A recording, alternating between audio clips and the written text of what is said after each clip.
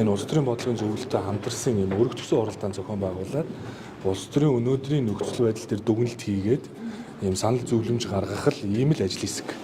За мэдээж энэ ажлын хэсэгт бол үе үеийн намын дарга нар бас орсон.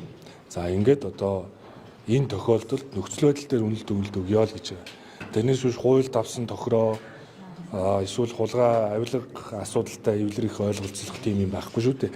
Тэгэхээр энэ бол ер нь одоо нам мэдээж хийж улс төрийн нам өдөр зөвлөл улс төрийн бодлогын зөвлөлөөрөө үүн дээр санал дүгнэлт гаргая. Цаашид хэрхэх вэ? Намын их хурл одоо тун удахгүй зохион байгуулагдаж байна. Энэ цаг үед одоо энэ бүлгээ хуралдуулж төсвийнхөө асуудлыг шийдвэрлэх шаардлагатай байна гэдэг асуудлыг л одоо ярьж байгаа.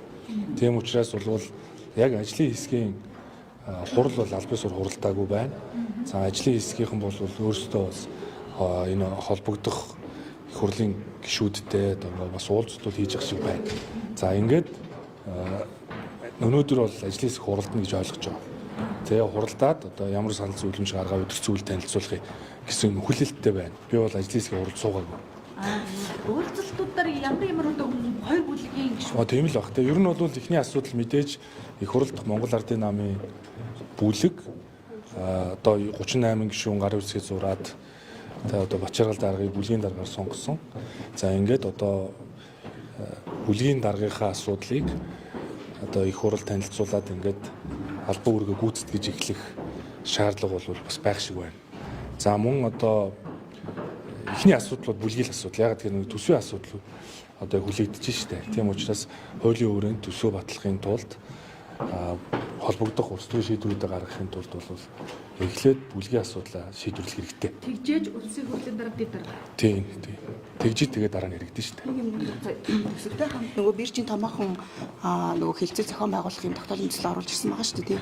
Тэгэхээр энийг одоо гишүүд нөгөө аптек гэрээ хийх магадaltaй юм шүү гэж гэсэн байр суурь илэрхийлсэн. Тэгэхээр энэ нууц гэрээнүүдийг ил болохгүй. Ер нь бол уул уурхайн салбарын ил тод байдлын санаачлагыг хэрэгжүүлэх хүрээнд ерөнхий сайд Зандан шатар энэ уул уурхайн салбарын гэрээнүүдийг бүгдийг нийл болгох гэдэг үүргийг өгөөд ажиллаж байгаа. За ингээд энэ оптик гэрээнүүд бол 22 онд анх ил болоод тэрнээс хойш одоо бүхэл гэрээний хэлцлүүдийг ил тод болгож байна. Эрдэнэс тавталгын компаниар байгуулагдсан гэрээнүүдийг ил тод болгоо гэдэг үүргийг өчигдөр бас ерөнхий сайд өөрөө өгсөн. Дээрээс нь хууль хяналтын байгууллагууд холбогдох албан тушаалтнуудыг оруулаад ийм тусгай ажлын хэсэг байгуулсан. Нэгсэндээ энэ бол баялагын хулгайтай тэмцэх, авилга ашиг сонирхлоос ангид байх, энэ уул уурхайн салбарын ил тод байдлыг сайжруулсан үндсэн дээр зарим одоо ашиглагдаагүй байгаа орд газруудыг эргэлтэнд оруулахдаа олон улсын аудит оруулж за энэ биржийн хуулийн дагуу нээлттэй ил тод одоо эдийн засгийн эргэлтэнд оруулах асуудлуудыг шийдвэрлэхгүй бол одоо нэг компани одоо их хуралдч танилцуулахгүйгээр одоо асуудлуудыг биедээ шийдвэрлээд байх нь өнөөдрийн олон одоо асуудлуудыг хүргэсэн. Тийм учраас энэ уул уурхайн салбарыг ил тод болгоно. Тэгээд ашиглагдаагүй байгаа эсгүүдийг эргэлтэнд оруулах чиглэлээр холбогд арга хэмжээнүүдийг авах ийм одоо нэг үүрэг болгосон тогтоол болохоос биш энэ тогтоол гарлаа гэд энэ тогтоолыг бариад засгийн газар бие даагаад эсвэл Эрдэнэс тавталгын компани бие даагаад ямар ч шийдвэрийг гаргах эрх байхгүй. Баялагын сангийн хуулийн дагуу газрын энэ хэвлэлийн баялагын төрийн эзэмшлийн хувь хэмжээг баялагын санд төвлөрүүлэх хууль эрх зүйн орчинтой. Тийм учраас энэ эрх зүйн орчныхоо дагуу бид нар энэ стратегийн ордууд дээр хилцээрүүдийг хийж байгаа.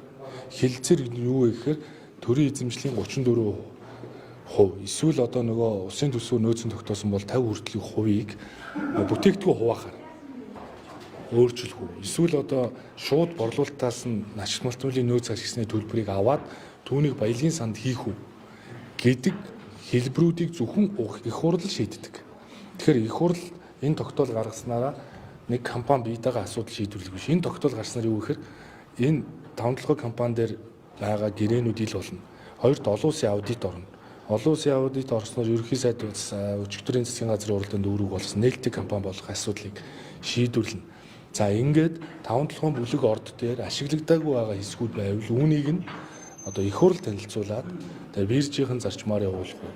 Тэр 34 юм уу 50 хүртэлх хувийгаа одоо шууд борлуулалтаас нь амнаад аваад явахгүй бол өнөөдөр оюутлогоо шиг ингээ ашиг орлогоо өгөх нь удаа менежментийн гэрээгээд ингээд хувь хэмжээ авснараа өнөөдөр сүүлдээ татврын өрөнд орчод байгаа энэ алдааг давтахгүй тулд ураны хөрөнгө оруулалтын гэрээн дээр шууд нөгөө аман дээрээс нь амнаад аваад тэрийгэ баялагын санд иргэдээ хийдэг энэ зарчмыг тогтоосон. Нэгсэндээ тэр компани ашигтай орлоготой нөгөө менежмент нь ямар байхаас үл хамааран шууд татвар авч ийн гэсэн үг шүү дээ. Тэгээ авсан татвараа баялагын сан буюу иргэний хоригдлын санд хийдэг энэ жишгийн дагуу хилцээрүүдийг хийх нь зөвөө, роялтиг нь авъя гэдэг.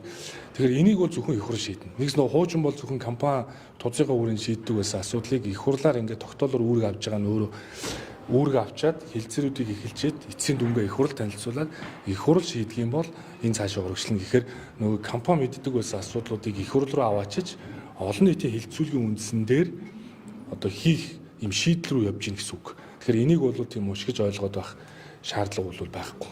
Энэ тогтоол гарлаа гэд шууд засаг бий дагаад эрдэс саналын компани бий дагаад нэг асуудлыг шийдвэрлээд явна гэсэн ямар ч болцоо байхгүй. Биржийн хуульч байна, баялагын сангийн хуульч байна, үндсэн хуулийн дээр газрын хэвлэлийн баялагын дийлэнхийг ард түмний эзэмшнэ гэдэг үндсэн хуулийн 19 оны нэмэлт өөрчлөлт байна шүү дээ. Тэгэхээр хуулийнхаа хүрээнд шийдэн цаашдаа компани бий дагаа асуудлыг шийддэг биш. Энэ газрын хэвлэлийн баялагын өмчийн эзэн хийм бэ гэхээр ард түмний төлөөлөл болсон их хурл баггүй юу? Парламент өөр төр ирэх барих дээд байгууллага. Тэгэхээр энэ их хурлаар орж олонхын дэмжлэгийг авч хилэлцэж ийж ингээ ил тод байдлаар асуудал хандахгүй цаашдаа хэдэн ч нүүрсийн сонсгол зохион байгуулагдахыг одоо хэлж мэдэхгүй шүү дээ. Тийм учраас эзэнс таамаглалын компанидар ч гэсэн дараагийн захирлыг томилоход нээлттэй сонгон шалгаруулалтаа зарлая, ил тод явуулъя. За тэгээ үнэхээр одоо энэ шаардлагуудыг хангасан одоо тэр гүйцэтгэх захирлыг томилоод тэр захирал нь өөрөө тусдаа танилцуулга хийдэг. За нэгэнт 1072 хувьцааг иргэд 27-28% эзэмшиж шít. Нэгсдээ иргэд өөрөө хяналт тавьдаг ийм механизм байгаа байхгүй.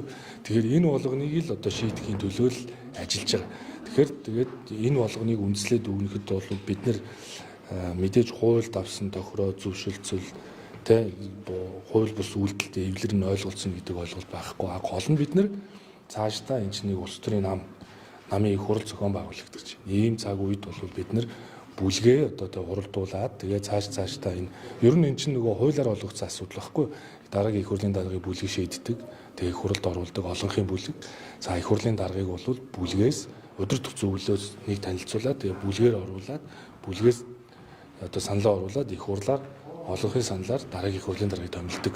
Тэгэхээр хуульд авсан хуулийн дээр гიშгэлсэн улс төрийн нам гэж байхгүй шүү дээ. Тэгэхээр нам бол зөвхөн улс төрийн шийдвэр гаргахад санал зөвлөмж өгөх байдлаар л одоо асуудалд хандж байгаа учраас энэ үеийн намын удирдлагууд бол зөв санал бодлоо зөвлөмжүүдээ хэлж за ер нь бол цаашдаа одоо энэ нүүрсний хулгай, энэ баялагын хулгай, энэ авилга ашиг сонирхол энэ үүсэт байгаа асуудлуудыг хойш нь тавиад илүү урагшаа хараад явъя. Энэ тохиолдолд бол цаашдаа намын их хурл дээр ч гэсэн тэ одоо бүлэг нь тодорхой, байр суурь нь тодорхой байдлаар асуудалд хандаад явах нь илүү зохимжтой гэдэг. Яг энэ цаг мөчид бас намын их хурлын бэлтгэлүүд хангагдаад улс орон даяар их хурл төлөөлөгчөө сонгож байна шүү дээ тий. Тэр ийм цаг үед бол бүлгийн асуудлыг эхлээд шийдвэрлэх нь зөв юм а гэдэг бас талууд байр суурь илэрхийлж байгаа шүү. Гэхдээ эцсийн дүгнэлт бол гараагүй.